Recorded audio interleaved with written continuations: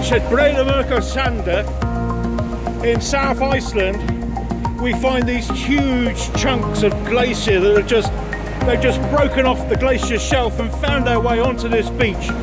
Now this beach is covered in black sand from previous volcanoes, many thousands of years. And this black background gives this blue and crystal ice just fantastic contrast. And you can see the way that the sea interacts with it. Now we're just waiting for a bit of some sunrise colours here.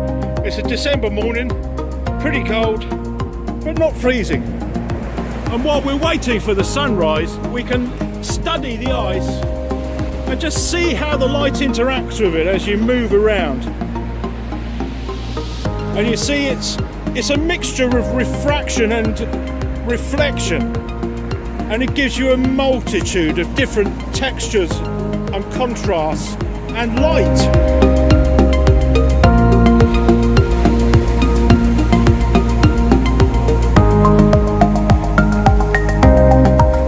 One of my favourites is to allow a big wave to come up onto the beach, and then it creates these white drag lines which can really make or break a picture.